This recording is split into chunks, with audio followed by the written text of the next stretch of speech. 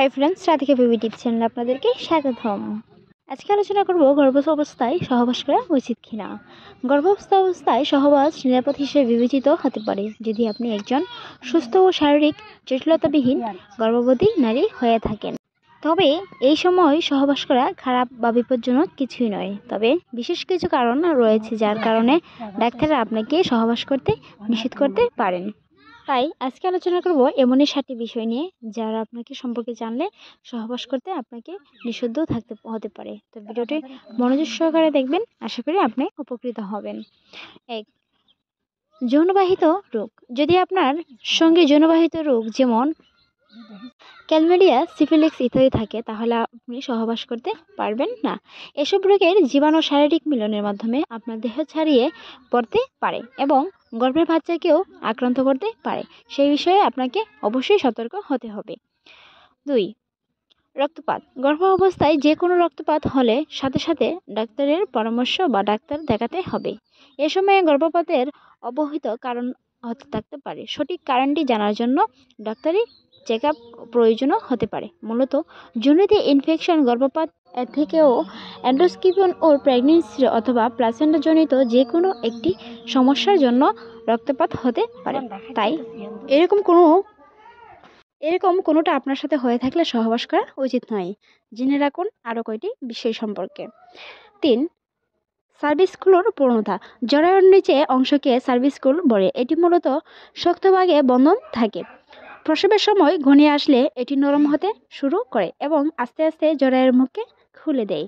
যদি কোনো কারণে সার্ভিক্স সময়ের আগে খুলে যায় সেক্ষেত্রে অপরিপক্ক শিশু হতে পারে বা শিশুটি মারাও যেতে পারে। আপনার সার্ভিক্সগুলো যদি অপূর্ণতা থাকে তাহলে আপনি সহবাস করতে পারবেন না। এই বিষয়গুলো একটি লক্ষণ আপনার মধ্যে থাকলে সহবাস করা উচিত নয়। 4. অপরিপক্ক শিশু জন্মের ইতিহাস। অধিকাংশ ক্ষেত্রে ডাক্তাররা বলতে পারবেন না কেন অকালে সন্তান প্রসব হয়ে থাকে যদি অতীতে আপনার এরকম ঘটনা ঘটে থাকে।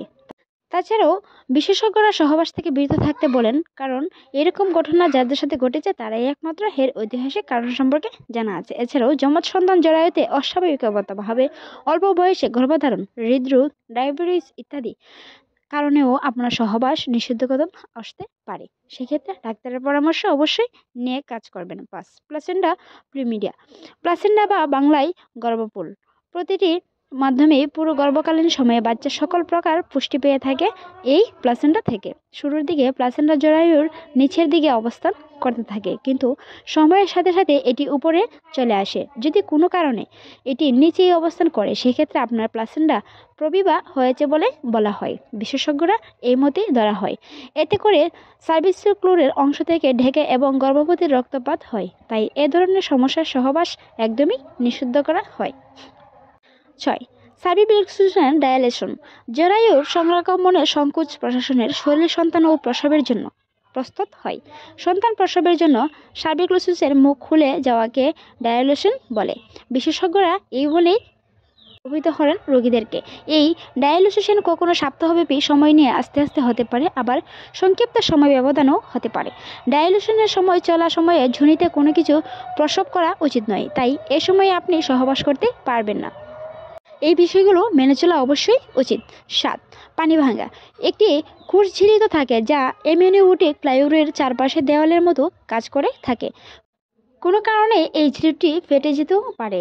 এখানে ফুটো হয়ে পানি লিক হতে পারে। মূলত পানি ভাঙলেই সন্তান প্রসবের লক্ষণ বোঝায়, সেটা আমরা সবাই জানি, কিন্তু ঝিলিটি সময়ের আগে ফেটে গিয়ে পানি লিক হলে শুরু করলে ডাক্তারের সাথে দেখাতে হবে। সেক্ষেত্রে আপনি সহবাস করলে গর্ভের বাচ্চা ইনফেকশনের শিকারও হতে পারে। এই বিষয়গুলো বললাম, তার মধ্যে একটি থাকলে অবশ্যই আপনাকে চিকিৎসকের পরামর্শ নিতে হবে। মোটামুটি এই কারণগুলোর জন্য ডাক্তাররা সহবাস নিষিদ্ধ করে থাকেন।